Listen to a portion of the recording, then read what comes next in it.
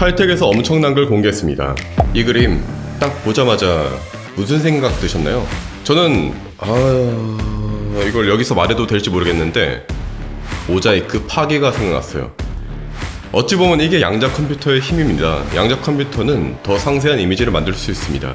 칼텍 연구자들의 비유를 빌리면 일반 컴퓨터는 거대한 브러쉬라던가 롤러로 그림을 그리는 것이고, 현재 양자 컴퓨터는 아주 미세한 붓으로 그림을 그리는데 수전증이 있어서 손이 막 덜덜덜 떨리는 상태입니다.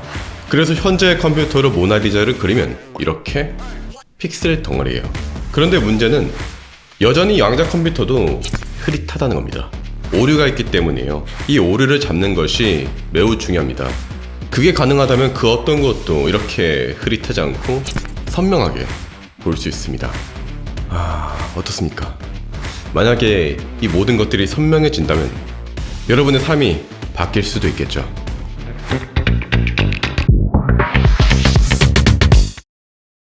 먼저 양자 컴퓨터가 뭐냐? 요즘 마트에 가면 셀프 결제를 많이 하고 있습니다. 바코드를 하나하나 찍고 있죠. 이게 기존의 컴퓨터의 방식입니다. 그런데 양자 컴퓨터는 모든 물건을 동시에 한 방에 스캔할 수 있습니다. 일반적인 상식으로는 동전을 탁 던졌을 때 이게 앞면인지 뒷면인지 하나만 나오죠. 하지만 양자 컴퓨터는 동전을 탁 던졌을 때 앞면이면서 동시에 뒷면일 수 있습니다. 여러 가지 값들을 동시에 처리할 수 있습니다. 그렇기에 기존의 컴퓨터보다 훨씬 더 빠른 속도로 계산을 수행할 수 있죠. 구글만 쳐봐도 0과 1 그리고 0과 1의 중첩을 이용한 양자 컴퓨팅을 하면은 0과 1만 가지고 하는 비트를 이용하는 디지털 컴퓨터보다 빠를 거다 이런 이야기를 하잖아요.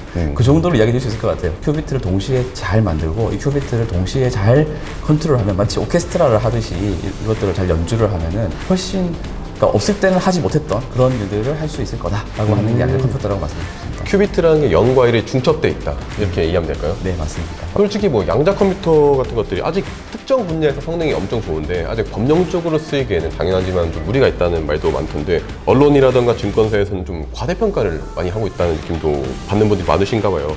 예를 들어서 맥킨지에서는 양자 컴퓨터가 산업 분야에 접목이 되면 이게 무려 900조 원 정도의 가치를 가질 것이라는 레포트도 발표를 할 정도로 굉장히 높은 경제적인 가치를 예견을 했는데, 정확한 현재 양자 컴퓨터가 어느 정도까지 와 있다고 보실까요? 그러니까 양자 컴퓨터 관련해서 되게 중요했던 일 중에 하나가 2019년도에 그 구글에서 발표한 시커먼을 가지고 구현했다고 하는 양자 컴퓨터로 계산한 결과가 지금 현재 슈퍼컴퓨터로는 계산할 수 없는 수준을 내놓았다라고 하는 게 되게 중요한 계산 결과가 있다고 생각을 하거든요. 그렇게 했던 이제 양자 이득, 양자 우월성의 연구 결과를 가지고 그 구체적으로 어떤 어플리케이션을 가지고 하는 거는 아직까지 모르겠다가 정답인 것 같아요. 그래서 경제적 효과나 이런 것들에 대해서 이렇게 이야기를 많이 하지만 그런 거에 대해서는 사실 연구자로서 어떤 근거를 가지고 이렇게 말씀드릴 수 있는 건 되게 힘든 것 같고요. 아직은 이렇게 좀 시간이 많이 필요하지 않느냐. 아직은 필요하다. 네, 필요하다는 게 좀 인식입니다. 그런데 사실 지금까지 대부분의 양자 컴퓨터 관련 보도들은 상당수 과장되긴 했습니다. 앞에서 말했던 뭐 모자이크 없이 AV를 생성해 버릴 수도 있다는 이런 것들도 솔직히 미풍양속에 좀 어긋나고 약간은 과장된 감은 있어요. 사실 양자 컴퓨터는 아주 갈 길이 멀고 상용화는커녕 양자 컴퓨터가 무엇인지에 대해서조차 제대로 합의가 이루어지지 않았어요. 그리고 양자 컴퓨터가 현재의 컴퓨터를 완전히 대체하지도 못합니다. 예를 들어서 김치 냉장고가 등장한다고 기존의 냉장고가 사라지나요? 그건 아니죠. 김치 냉장고는 김치 보관의 특장점을 보일 뿐입니다. 물론 양자 컴퓨터를 상용화하는 나라라든가 기관, 대학이 차세대 시장을 지배하게 되긴 할 겁니다. 그런데 가장 큰 문제 중에 하나이자 이번 영상의 핵심, 오류를 제대로 파악하고 줄이지 못하고 있습니다. 자, 망원경이 있다고 상상을 해봅시다. 이 망원경은 기존의 망원경보다도 훨씬 더 멀리 있는 것도 볼 수 있어요. 하지만 이 망원경이 얼마나 정확한지 알 수 있는 방법이 없다면 과연 그 결과를 신뢰할 수 있을까요? 신뢰할 수 없겠죠. 네. 오류가 적어야 됩니다. 이제 스케일링에 대해서 구글에서 IBM에서 100개 이상을 했다든지 이렇게 하는 이야기를 하고 있는데, 그럼에도 불구하고 여전히 이렇게 나아가야 될 방향으로는 아직까지 많이 남은 게 사실이고, 더 큰 문제는 이제 그런 오류를 갖다가 이렇게 정정하는 걸 양자 오류 정정, 퀀텀 에러 커렉션이라고 부르거든요. 퀀텀 에러 커렉션이 되어 있는 큐비트 하나를 저희가 로지컬 큐비트, 논리 큐비트라고 하는데, 실험적으로 나온 예가 없습니다. 저희가. 논리 큐비트요? 네. 이게 어떤 거죠? 논리 큐비트는 오류가 나오면은 오류가 있는 거를 측정을 해가지고 다시 오류가 없는 결과로 만들어주는 거거든요. 네. 양자 컴퓨터는 양자 비트, 큐비트를 쓰니까 더 오류가 더 많이 생기는데 이 오류를 정정해주지 않으면 계산 결과를 믿을 수가 없어요.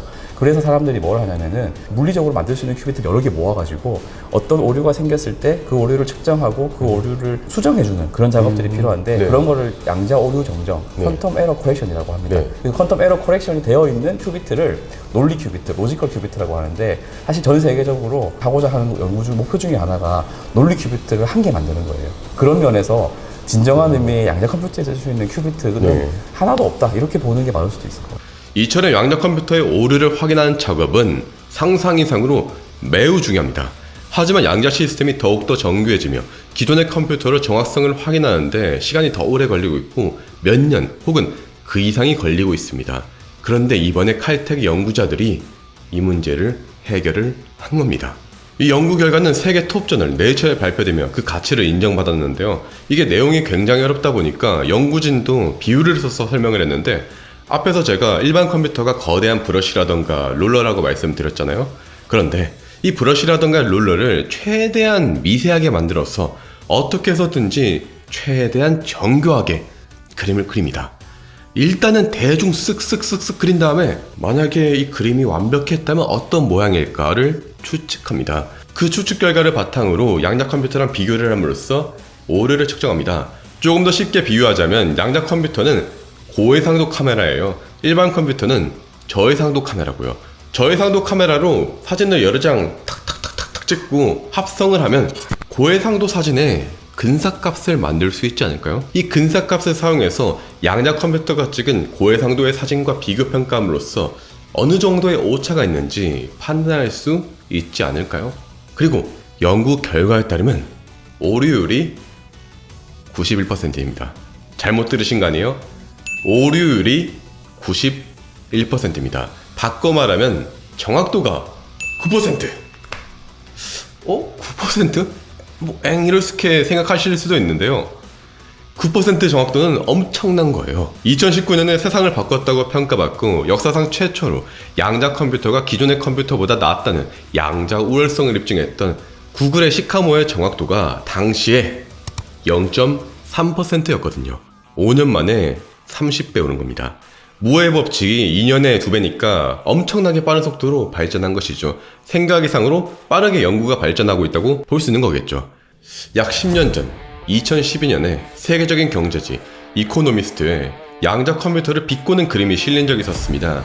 양자 컴퓨터가 가동되려면 극저음과 엄청나게 특별한 조건들이 필요하기 때문에 양자 컴퓨터는 제대로 할 수 있는 것이 없다는 내용이었죠. 물론 양자 컴퓨터는 현재로선 그렇게까지 세상을 바꿀 만한 엄청난 기술로 성장하지 못했습니다. 여러 가지 특별한 조건이 있는 것도 맞고요. 애트리의 초대로 한 학회에 갔었는데 그때도 연구자분들께 물어보니까 만약에 양자 컴퓨터가 모든 문제들을 다 풀 수 있다는 그런 말을 하는 학자가 있다면 그 사람은 거짓말을 하고 있는 것이라고 말씀을 하실 정도였어요. 많은 양자 컴퓨터 연구자분들을 만나 뵈면 아직까지 상용화는 꽤나 먼 길 같다고 그렇게 말씀하시는 것도 사실입니다. 하지만 대부분의 기술들은 대부분의 연구자분들의 예상을 뛰어넘고 더욱더 빠른 속도로 발전해 왔습니다. 그 어떤 인공지능 연구자도 이렇게까지 빠르게 인공지능이 일상에 파고들 것으로 예상하지 못했습니다. 그 어떤 연구자도 미래는 예측할 수는 없을 것이고 기술적인 혁신이 연구자분들의 상상 이상으로 더욱더 빨리 오기를 기원해봅니다. 노벨 물리학 수상자 데니스 가버는 말했습니다. 미래는 예측될 수 없다. 하지만 미래는 개발될 수 있다.